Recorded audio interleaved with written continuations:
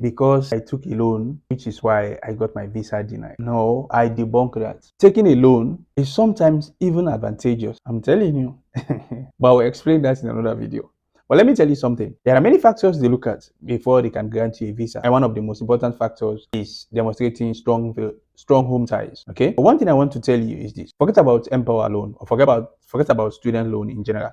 When you want to borrow money from your friend, you must have thought of how you're going to pay back, right? Yeah, I know that amount of money is not as compared to the amount of money you're going to take maybe from Empower or whatever organization. Okay. One thing I will tell you, no matter the amount of money you're going to take, you need to have a plan. You need to have a strategy. You need to have a strategy of how you're going to pay back.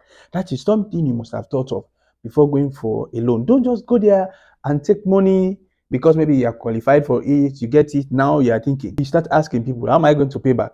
Like, come on, you are a mature person coming to do your master's degree. You need to have a plan. If it's a business or some savings you have, because the most important thing is that you need to have that amount of money that you'll be paying while you are in school. You know, you have to pay the interest rate, only pay the interest rate while you are in school. So you need to do your calculation very well. If you know by the time you finish schooling, you would pay $6,000, find a way to get that money. Okay, can be from family members, can be from your personal savings, can be maybe you have an investment, active investment that is giving you cash flow even when you are here. You need to have a plan. If you don't have a plan, don't go there, collect that money, and then you start thinking, how am I going to pay this, and this, and you go to that visa interview without having a proper plan. You are preparing to fail that visa interview. Let's say if you are asked that question, okay, and not everybody gets asked that question. That's how are you going to pay back this loan, okay? And that is the other problem, because people focus their energy 90% of their time trying to figure out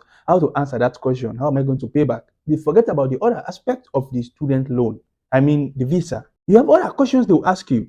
If you put all your eggs in one basket, just thinking about how you're going to answer that question, and you miss out on specific details on minor things like maybe how many credit hour courses are you going to take? You can't tell. You start stammering. It's not going to help you, because that shows that you are not prepared to come here and do your master's degree or whatever level of degree you are seeking for. Okay? So don't focus all your eggs in one basket thinking, am I going to answer this question? Am I going to pay back the student loan? No. Yes, of course, you need to have an answer for it. But again, don't neglect the other aspect of your visa interview. If you do, you are planning to fail. Be confident. Everybody you meet will tell you that you have to be confident going for that visa interview. Okay? And don't treat it as like it's a do or die. You're actually going to have that interview, ease down. Okay?